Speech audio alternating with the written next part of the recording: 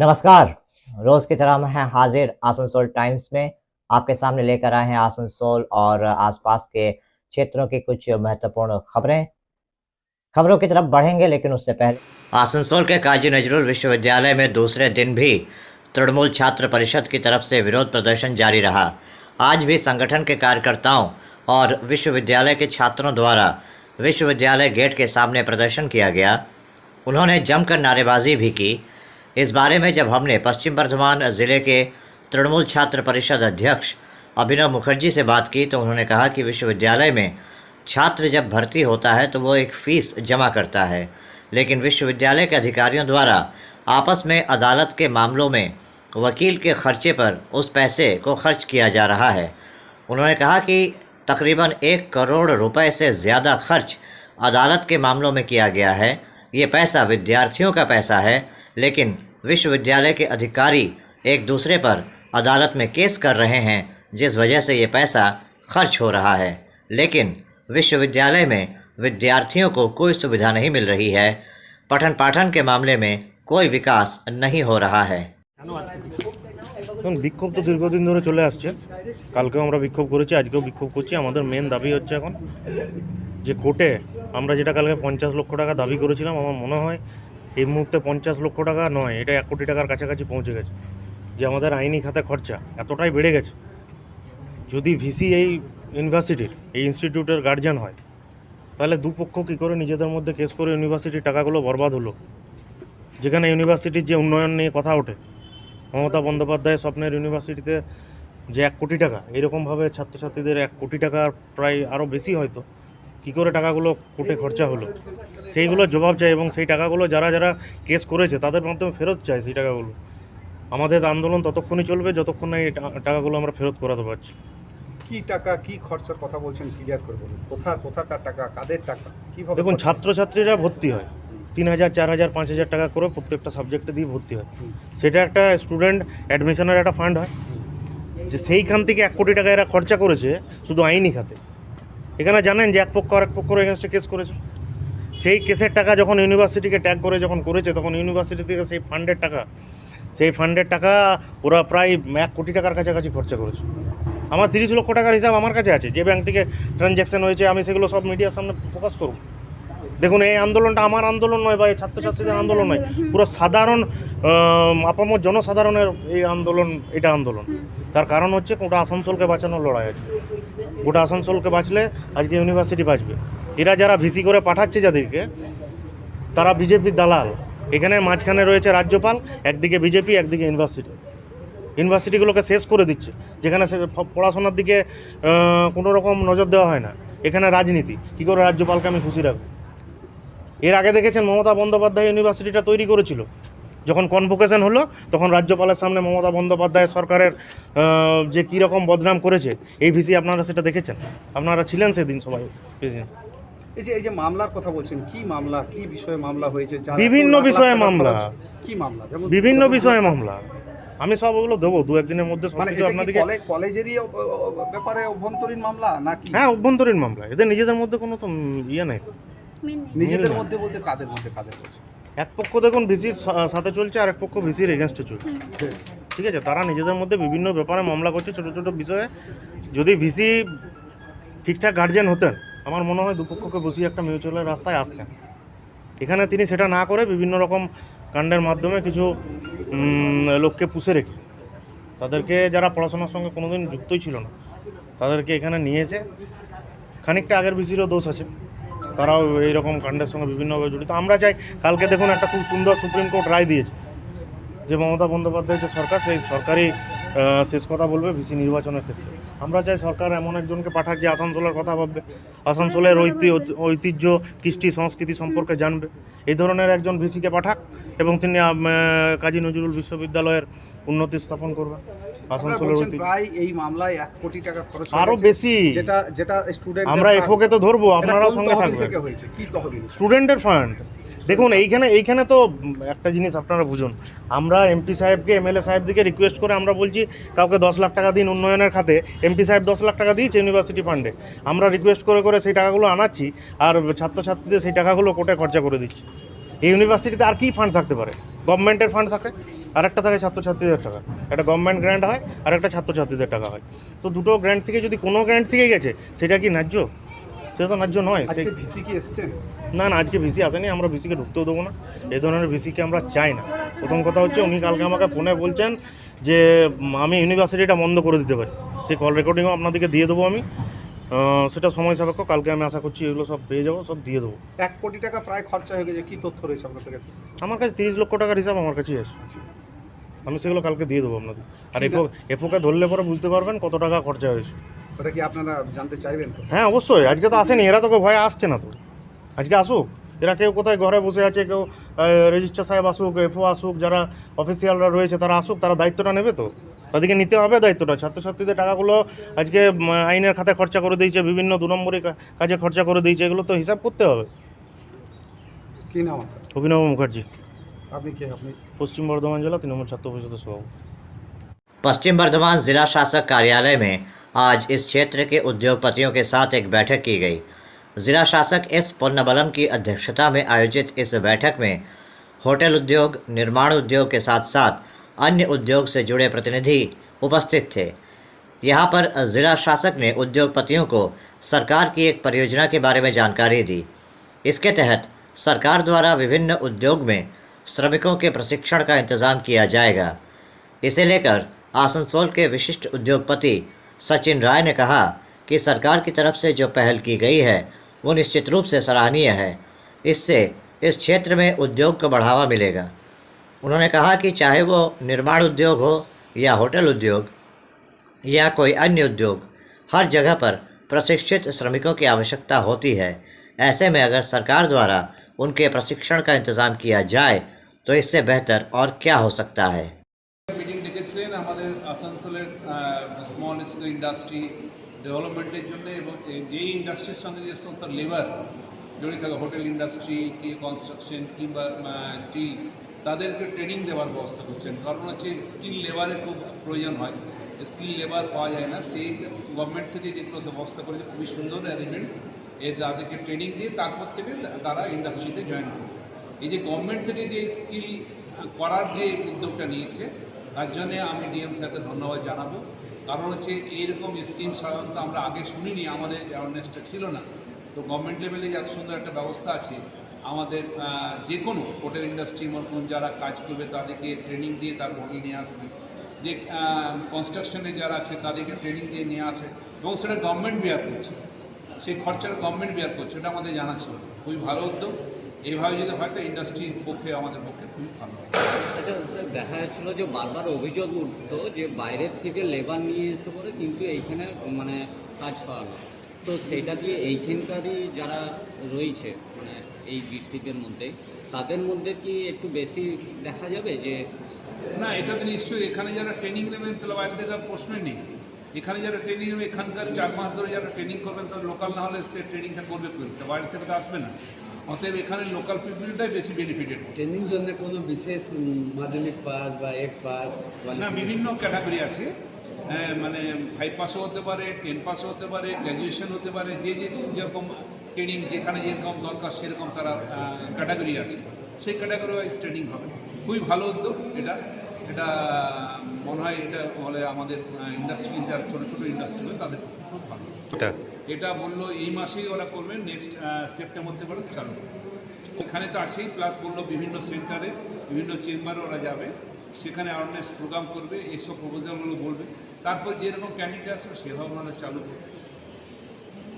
Kulti block Congress ने विद्यालय में प्रधान अध्यापक की अविलंब नियुक्ति और भ्रष्टाचार के खिलाफ कार्रवाई की मांग को लेकर सीतारामपुर एनडी राष्ट्रीय विद्यालय के सामने धरना प्रदर्शन किया।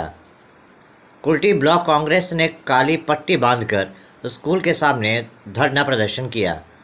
उनका दावा है कि स्कूल में काफ़ी समय से हेडमास्टर नहीं हैं और वो जल्द हेडमास्टर की नियुक्ति चाहते हैं। इसके अलावा इनका आरोप है कि स्कूल में बड़ा भ्रष्टाचार हुआ है। छात्रों के एडमिशन और मिड डे मील में भ्रष्टाचार हो रहा है। इसी कारण कुल्टी ब्लॉक कांग्रेस ने भ्रष्टाचारियों पर कार्रवाई की मांग की है। स्कूल के सामने धरना प्रदर्शन के साथ साथ कुल्टी ब्लॉक कांग्रेस की ओर से स्कूल के कुल्टी चक्र इंस्पेक्टर को एक ज्ञापन सौंपा गया, इसमें कुल्टी ब्लॉक कांग्रेस अध्यक्ष सुकांतो दास और कांग्रेस कार्यकर्ता और समर्थक उपस्थित थे। कांग्रेस के द्वारा अवस्थान किया जा रहा है, क्या कारण क्या है? देखिए, कारण जहाँ तक समझने की बात है कि स्कूल में जो इन्वायरमेंट चल रहा है वो तो कदापि उचित नहीं है। ये एक शिक्षक होने के नाते ये मैं कहना चाहूँगा कि ऐसा नहीं होना चाहिए। ये बहुत ही दुर्भाग्यपूर्ण अवस्था है। क्या दिक्कत है स्कूल में? स्कूल में दिक्कत तो है ही, कुछ ना कुछ तो प्रॉब्लम है। क्या हमारे टीआईसी महोदय के द्वारा कुछ हिसाब किताब को लेकर के है, कुछ फाइनेंस कमेटी को लेकर के है, कुछ प्रॉब्लम्स है, वो हिसाब किताब वो देने में असक्षम हो जा रहे हैं। कुछ ना कुछ उसका कारण है, तब जाकर के ऐसा कुछ बवाल बाहर के लोगों के द्वारा या बाहर के मीडिया के द्वारा या स्कूल अथॉरिटी के ऊपर ये इल्ज़ाम लगाया जा रहा है। क्या आप लोग को लग रहा है जो घटना हो रहा है इसका आप लोग भी इसका विरोध करते हैं? देखिए, अब जो गलत है उसको गलत बोलने में कोई गुंजाइश नहीं है, कोई उसमें कोई गलत चीज़ नहीं है। गलत को गलत बोलना ही चाहिए। स्कूल में क्या दुर्नीति हुई है? कहीं ना कहीं दुर्नीति हुई है। क्या चीज़ के ऊपर दुर्नीति है आपका स्कूल में? देखिए, पहला तो बात है कि जो फाइनेंशियल मुद्दा के ऊपर सवाल उठाया है हमारे टीआईसी के ऊपर कि उन्होंने कुछ अनियमितताएं दिखाई ही हैं, वो पूरा हिसाब किताब दिखाने में ये असक्षम है, वो नहीं कर पा रहे हैं। उनके जो कमेटी है उनका जो पूरा सिस्टम है वो कर नहीं पा रहे हैं, जवाब नहीं दे पा रहे हैं। तो अगर वो हिसाब किताब नहीं दिखाएंगे तो ये आने वाले समय में उन्हीं के लिए असुविधा होगा। अनुदान प्राप्त स्कूलों को हर संभव प्रयास करती है कि किसी तरह का कोई असुविधा ना हो, लेकिन अगर जो पदाधिकारी हैं, जो कमेटी में इन्वॉल्व लोग हैं, अगर वो इस तरह से नहीं चाहेंगे कि सुचारू रूप से चले और कहीं ना कहीं कुछ अव्यवस्था इसमें हुआ है, तभी जाके ये प्रश्न मिड डे मील का कोई दिक्कत में सर कहीं ना कहीं दुर्नीति है या क्या है, क्या हकीकत है, क्या बताइए? स्कूल के मिड डे मील में कहीं ना कहीं प्रॉब्लम है सर। जो हमारे सुपरवाइज़र हैं, उनको पर्यवेक्षक हैं, उनको अपना काम करने के लिए नहीं दिया जाता है। और यहाँ पे जो लाइसेंस सर्टिफिकेट है वो किसी को दिखाया नहीं आता है, कोई बिल वाउचर नहीं दिखाया जाता है, उनको बाईपास करके वो सारा बिल यूसी जमा किया जाता है। आप लोग भी टीचर लोग विरोध किए हैं इसका? जी, हम लोग भी किए हैं। हम लोग में स्टाफ काउंसिल में ये रखे थे, दिसंबर में ही रखे थे, लेकिन अभी तक इसका कोई संज्ञान नहीं लिया गया है। सर आप भी तो अभी अंदर में थे, जो सवाल हम लोग कर रहे थे उनका क्या जवाब सब सही था या क्या? सेटिस्फैक्ट्री नहीं था। तो अभी आप लोग क्या चाहते हैं? हम लोग चाहते हैं कि जो भी इल्ज़ाम उनके ऊपर लगा है वो उन पर कार्रवाई करें और बच्चों के छात्र के लिए, बच्चों का उज्जवल भविष्य के लिए संज्ञान दें। कुछ कागज दिखा नहीं पा रहे, कुछ कागज उनसे हम लोग मांगे, कुछ दिखा नहीं पा रहे, इस बारे में आप क्या बोलेंगे? चेयर तो हमेशा चाहता है कि वो बचे उन सब चीज़ों से। सर स्कूल का जो गार्जियन है या फिर आप लोग टीचर है, ये जो बार बार जो कंप्लेन जो हो रहा है, देखिए, जहाँ तक बात है कि पैसों का, एकेडमिक काउंसिल का एक मेंबर होने के हिसाब से मैं कह सकता हूँ कि यहाँ पे पिछले बार भी कुछ अनियमितताएँ हुई थी और इस बार भी कुछ अनियमितताएँ हुई हैं। एडमिशन फॉर्म को हमने फ्री में किया था, लेकिन पता नहीं कहाँ से एडमिशन फॉर्म का भी इन्होंने पैसा लिया। ये कहीं ना कहीं दुर्नीति का ही परिणाम है। हमारे एक कंप्लेन उठ रहा है कि 1500 रुपये करके हर एक बच्चे से, गार्जियन से लिया गया है भी घर में। वो इंचार्ज खुद कबूले हैं कि 1500 की 2000 रुपये लिए। उस विषय में आप क्या कहेंगे? को बोलने के लिए उसके विषय में क्या बोलते? देखिए, कुछ बच्चों से ऐसा हुआ है कि जनरल ये पर्सपेक्टिव या गार्जियन के साथ में मीटिंग हुआ था, वो भी लोग किए थे, उसमें ये तय हुआ था कि 1500 रुपया लिया जाएगा, लेकिन कोई दबाव नहीं डाला जाएगा। और इन्होंने उसी हिसाब से काम किया था, लेकिन एक मामला हमें संज्ञान में आया है कि बच्चों से पैसा लिया गया है, 1500-3000 के आसपास पैसा लिया, स्लिप नहीं दिया गया। 15 बच्चों का हमारे पास लिस्ट है, उसमें स्लिप नहीं दिया गया है। तो ये सब रुकिए बोले सर जी, एक क्वेश्चन और, मिड डे मील में डेली अटेंडेंस कॉर्पोरेशन में भेजा जाता है, क्या उसका हम लोग रिपोर्ट देख सकते हैं? अब तो ये टीआईसी महोदय दिखाएंगे, टीआईसी महोदय दिखा पाएंगे उस तरह का अटेंडेंस दिखला सकते हैं। सर अभी बोल रहे थे 15 बच्चे का लिया, कैसा कौन लिया है? अब ये स्कूल प्रशासन का ही कोई लिया होगा, जो हम लोग का। आपका नाम? हर जगह पैसा। सर आपका परिचय सर? आपका नाम? मैं डॉक्टर राजेश कुमार महतो, मैं ज्योग्राफी का शिक्षक हूँ। अच्छा सर, और एक अभी वक्त हो चला है एक छोटे से ब्रेक का, बने रहिए हमारे साथ। Hillview hospital, a multi-speciality hospital with ICU and dialysis unit. Hillview hospital में orthopaedic, neurosurgeon, general physician, oncologist, child specialist, gynaecologist, homeopathy सहित 15 विभागों के विशेषज्ञ चिकित्सकों द्वारा मरीज़ों का इलाज किया जाता है। हमारे यहाँ आपको मिलेगी कैशलेस इलाज की सुविधा। इसके अलावा अत्याधुनिक ICU, NICU, dialysis unit, trauma care centre सहित हर वो सुविधा मिलेगी जो हिल व्यू को बनाती है सही मायनों में मल्टी स्पेशलिटी हॉस्पिटल। हमारे यहाँ स्वास्थ्य साथी कार्ड पर भी इलाज उपलब्ध है। हिल व्यू हॉस्पिटल, हमारा पता SB Gorai road near Asansol court, Sripally Kalibari, Indian oil petrol pump के विपरीत। Mobile number 9046007833, 9046007834। आने वाले त्योहारों के मौसम को और भी खूबसूरत बनाने के लिए हमजा फैशन और हमजा कलेक्शन आसनसोल के लोगों के लिए लेकर आए हैं कई नए कलेक्शन। जी हाँ, अपने व्यक्तित्व को चार चांद लगाने और लेटेस्ट फैशन के परिधानों के लिए आपको आना ही होगा हमजा फैशन और हमजा कलेक्शन। यहाँ आपको मिलेगा लेटेस्ट फैशन और पारंपरिक परिधानों का ऐसा कलेक्शन जो आपको और कहीं नहीं मिलेगा, वो भी बिल्कुल आपके बजट में। हमजा फैशन और हमजा कलेक्शन में हम लेकर आए हैं lehenga, kurti, sharara, crop top, sari, suit piece तथा नकाब भी। पुरुषों के लिए भी हमजा फैशन और हमजा कलेक्शन में हैं शूटिंग और शर्टिंग के कपड़े। हमजा फैशन और हमजा कलेक्शन में ख़रीदारी करने पर ग्राहकों को मिलेंगे आकर्षणीय उपहार भी। तो आज ही चले आइए हमजा फैशन और Hamza collection, GT road opposite Asansol head post office. Contact number 7602284999। Hamza fashion में मेंस कलेक्शन, जहां आपको पुरुषों के परिधानों के लेटेस्ट कलेक्शन की विशाल रेंज मिलेगी। आपके मकान को बनाए आपके सपनों का आशियाना, डेकोर वॉलपेपर। लोगों को ट्रैफिक नियमों के बारे में जागरूक करने के लिए आज आसनसोल उत्तर ट्रैफिक गार्ड की तरफ से एक जागरूकता अभियान चलाया गया। इसके ज़रिए लोगों को ट्रैफिक नियमों की जानकारी प्रदान की गई। इस बारे में आसनसोल दुर्गापुर पुलिस कमिश्नरेट के उत्तर थाना ट्रैफिक गार्ड की तरफ से लोगों से भी अनुरोध किया गया कि वो सड़कों पर ट्रैफिक नियमों का पालन करें। गाड़ी या स्कूटी या मोटरसाइकिल चलाते हुए ट्रैफिक नियमों का पालन करते हुए चलाएं।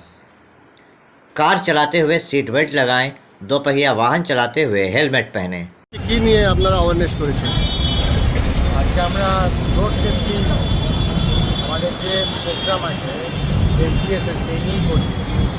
এটা মানুষের মধ্যে আমরা প্রচার করতে চাই যে যাতে প্রত্যেকেই তারা যারা গাড়ি চালাচ্ছে তাদের নিজেদেরও নিরাপদে যাওয়ারও একটা দায়িত্ব আছে।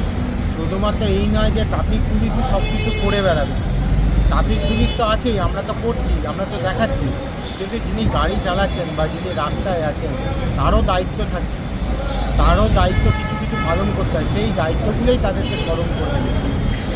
এটাই আমাদের একটা ক্ষুদ্র প্রয়াস। आसनसोल दुर्गापुर पुलिस कमिश्नरेट के कुल्टी थाना क्षेत्र के नियामतपुर फाड़ी अंतर्गत नियामतपुर सेंट्रल भाजपा कार्यालय में मंगलवार की अहले सुबह एक पिकअप वैन ने भाजपा कार्यालय में टक्कर मार दी। भाजपा नेतृत्व ने कहा कि घटना की सूचना नियामतपुर फाड़ी को दी गई। इस बारे में भाजपा मंडल 4 के जनरल सेक्रेटरी झंटू सेन ने बताया कि रात करीब 3:40 के आसपास एक पिकअप वैन ज़ोर से आई और उसने भाजपा पार्टी कार्यालय में टक्कर मार दी, जिससे काफ़ी नुकसान हुआ। उन्होंने कहा कि भाजपा कार्यालय के सामने की दीवार को नुकसान हुआ, इसके अलावा कार्यालय के शेड को भी नुकसान पहुंचा। झंटू सेन ने बताया कि कार्यालय के बगल में एक दुकान थी, उस दुकान को भी क्षति पहुंची। इसके साथ ही उन्होंने कहा कि 3 बजे के आसपास कार्यालय के सामने एक व्यक्ति सो रहा था।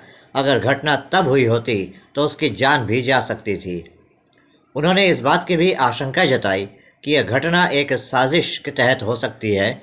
उन्होंने पुलिस से इसकी जांच की मांग की और उनके कार्यालय के नुकसान हुआ है उसके मुआवजे की मांग की। उन्होंने बताया कि उस समय कार्यालय में मौजूद कुछ कार्यकर्ताओं ने वैन की तस्वीर ली थी, लेकिन उसे रोक नहीं पाए। ঘটনা আজকে ভোর 3:40 নাগাদ আমার কাছে কল আসে, উনি একটি পিকআপ ভ্যান এসে আমাদের পার্টি অফিসে ঢুকে যায়। পার্টি অফিসে ক্ষতিগ্রস্ত হয়, আমাদের দেওয়াল ভেঙে যায়। পার্টি অফিসের পাশে একটা দোকান আছে, সেটা তো ক্ষয়ক্ষতি হয়েছে হালকা। আমাদের শেড নষ্ট হয়েছে, পুরো শেডটা ভেঙে গেছে। ঝান্ডা লাগাবার, ফ্ল্যাগ লাগাবার যে ইয়ে ছিল সেটা অলরেডি ভেঙে ডিস্ট্রয় করে দেওয়া হয়েছে, পুরো ডিস্ট্রয় হয়ে গেছে। এই একটা পিক আপ ভ্যান, যা গাড়ির নাম্বার ছিল WB37E 5727 গাড়ির নাম্বার। খুবই হ্যাঁ, একজন একটা ফটো তুলেছে, মানে ভোরবেলা যারা ছিল, যারা আমাদের কল করেছে তারাই ধরার জন্য এসেছিল, কিন্তু পিক আপ ভ্যানটা যেভাবে ব্যাক করেছে তারা ভয় পেয়ে আর কি গাড়ির পিছন করতে পারেনি, যদি তাদেরও ক্ষতি হতে পারত। আর 3টে নাগাদ ওখানে একজন শুয়েছিল, 3টে নাগাদ সে উঠে আর কি সরে যায় ওখান থেকে। তারপরে 3:40 ঘটনা, যদি উনি শুয়ে থাকতো ওনারও আজকে হয়তো মৃত্যু হতে পারত। অনুমান বলতে গেলে এখন পুলিশের ইনকোয়ারি হোক। আমাদের তো মনে হচ্ছে কিছু একটা ব্যাপারে এটা ভাঙা হয়েছে, সাজিশ করা হয়েছে আমাদের। দেখা পুলিশ ইনকোয়ারি করুক, যা ইনকোয়ারিতে আসবে সেটাই আমাদের দাবি। আমাদের ড্যামেজ হয়েছে, সেই ড্যামেজের ক্ষতিপূরণ দিয়ে দিলে আমাদের কোনো অসুবিধা নেই। আপনার নাম? আমার নাম ঝন্টু সেন, मंडल 4 बीजेपी जनरल सेक्रेटरी। तो अभी आप देख रहे थे आसनसोल और आसपास के इलाके की कुछ महत्वपूर्ण खबरें। हम रोज आप तक शिल्पांचल की महत्वपूर्ण खबरों को पहुंचाते रहेंगे और अगर आपको हमारे इन खबरों से बाखबर रहना है तो आपको करना होगा एक छोटा सा काम। आपको हमारे चैनल आसनसोल टाइम्स को सब्सक्राइब करना होगा और पास में दिए गए बेल आइकन को प्रेस करना होगा, ताकि जब भी हम कुछ नया नई खबर या कुछ नया पोस्ट डालें तो इसकी खबर आप तक पहुंचे और आप इन गतिविधियों से बाखबर रह सकें।